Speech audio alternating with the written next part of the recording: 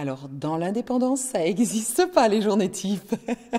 Alors ça, c'est sûr. Et c'est aussi ce qui fait le côté exaltant.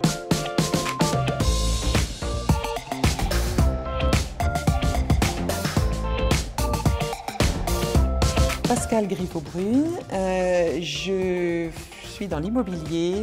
J'ai choisi d'aller dans l'immobilier depuis 5 ans, bientôt 6.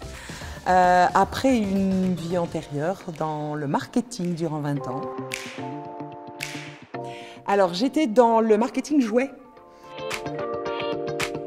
J'étais extrêmement experte et j'étais dans un domaine qui mettait des étoiles dans les yeux de tout le monde quand j'en parlais. Et quand je suis arrivée dans l'immobilier, profil bas, tout le monde m'a dit mais... C'est là que je me suis rendu compte que le monde de l'immobilier n'avait pas la même presse, pas la même, voilà, faisait moins rêver et quelque part j'ai voulu être très vite experte et très vite monter en compétences et très vite pouvoir dire je fais de l'immobilier mais je fais pas de l'immobilier pareil que tout le monde. C'était important pour moi. J'ai choisi Capifrance. Alors d'abord, je voulais aller dans un réseau parce que j'avais envie d'indépendance. Quoi qu'il arrive, je voulais de l'indépendance. Je voulais pas quelqu'un qui me dise comment je devais orienter mon activité et comment j'allais travailler. Bien sûr, il y a une loi, il y a un cadre, mais je voulais garder le maximum d'indépendance. Donc un réseau. Et puis voilà, j'aimais bien les valeurs de Capifrance et pour être clair, je voulais des outils qui soient puissants à ma disposition et j'ai trouvé cette puissance-là chez Capifrance. La communication, l'équipe, quelques pas en avance sur nous. Alors, dans l'indépendance, ça n'existe pas, les journées types.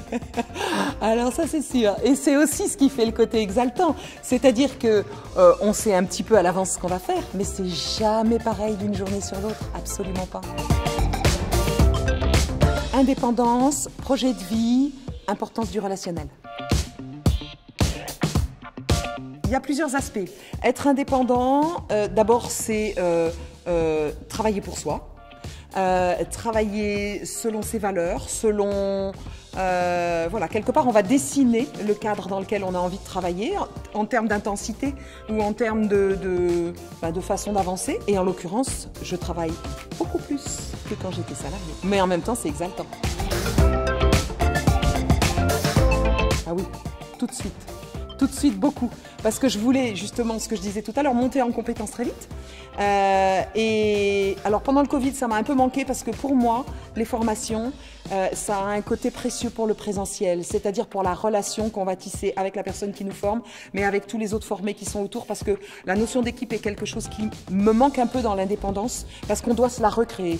Si on a très envie de travailler en équipe, on va travailler en équipe avec ses confrères, avec ses collègues, avec toute la nébuleuse des professionnels qui sont autour de nous, mais aussi la formation, du coup, est importante pour ça. Donc, je me suis formée très vite et j'ai eu beaucoup de plaisir à me former, et toujours.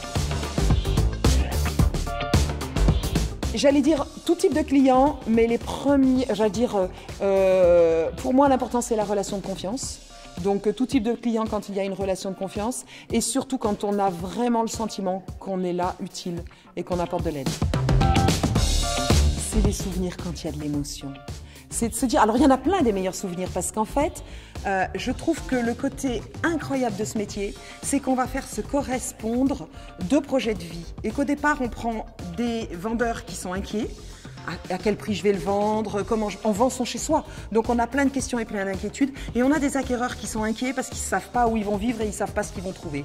Et un jour, on est magicien, avec beaucoup de travail, avec de la rigueur et de la performance, et on arrive à se faire correspondre les deux projets et finalement, on va créer du bonheur.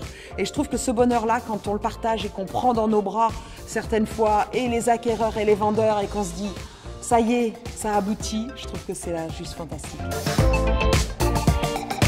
Alors, je fais à peu près 25 ventes par an. Je vais dire deux choses. Une première qui est indispensable, il faut avoir l'énergie de générer soi-même son activité. C'est-à-dire que personne ne va venir vous prendre par la main. Donc, c'est à vous, c'est à chacun de générer sa propre activité. Et après, je pense que la deuxième chose, et je vais dire que ça, c'est un petit peu bateau, mais il faut aimer les gens. faut avoir l'audace d'y aller et puis il faut se donner les moyens. C'est-à-dire qu'il faut vraiment se mettre dans une situation où ce métier, il va devenir le nôtre de demain et on se laisse pas le choix. Et quand on se laisse pas le choix, on a le moteur pour y aller. Absolument pas. Si vous avez envie d'y aller, allez-y, ça en vaut vraiment la peine.